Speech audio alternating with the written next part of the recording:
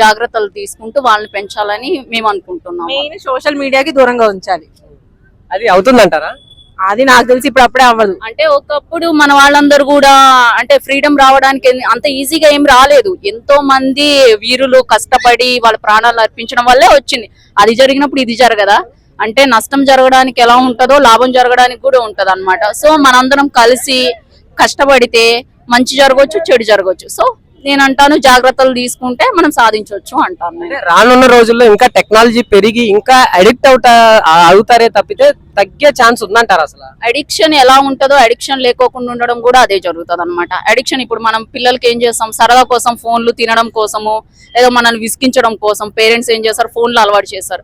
అదే రాను రాను పిల్లలు ఏం చేస్తారు, ఎడ్యుకేషన్కి వచ్చినప్పుడు ఫోన్లు అవాయిడ్ చేస్తూ ఉంటారు.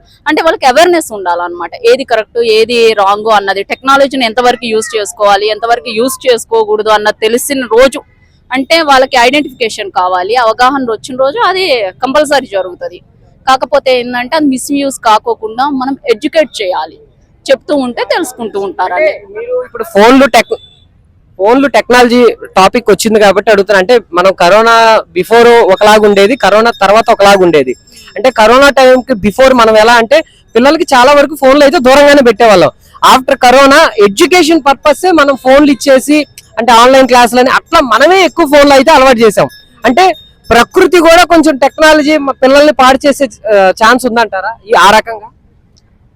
అంటే ప్రకృతి పాడు చేస్తుంది అనే కంటే కూడా మనమే దాన్ని అంటే మనకి ఎక్కువగా యూజ్ చేసుకోవాల్సిన దానికంటే ఎక్కువ యూజ్ చేసుకోవడం వల్ల మనమే పాడవుతున్నాం అని అనుకోవచ్చు కదా.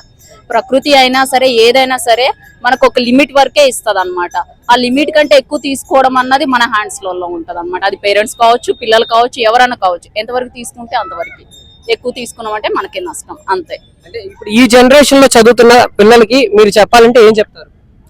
ఏం చెప్పాలంటే అంటే ఏది కరెక్ట్ ఏది రాంగ్ అంటే పేరెంట్స్ చెప్తున్నప్పుడు తెలుసుకోవడము, వాళ్ళు చెప్పింది కరెక్టా రాంగ్. అంటే చాలా మంది ఏం చేస్తారంటే ఇప్పటి యూత్ వీళ్ళు ఎప్పుడు ఇంత చెప్తారులే పేరెంట్స్ కి అదే పని. అంటే ఒక ఓల్డ్ ఏజ్ పీపుల్ చెప్పినప్పుడు కూడా అది నిజమా కరెక్టా రాంగా అసలు మనకి నిజంగానే ఉపయోగపడేది అన్నది ఆలోచించరు. వెంటనే రేజ్ అయిపోవడము, అగ్రెసివ్ గా మాట్లాడడం ఇలాంటివి చేస్తూ ఉంటారు అనమాట. అలా కాకోకుండా వీళ్ళు ఎందుకు చెప్పుకుంటారు, మన మంచికే చెప్పుకుంటారు కదా. అంటే వీళ్ళు ఎంతో అనుభవంతో ఎక్స్పీరియన్స్ తోటే చెప్పారని ఒక్కసారి థాట్ ఆలోచించి ముందుకెళ్ళి స్టెప్ తీసుకొని ఉంటే బాగుంటది.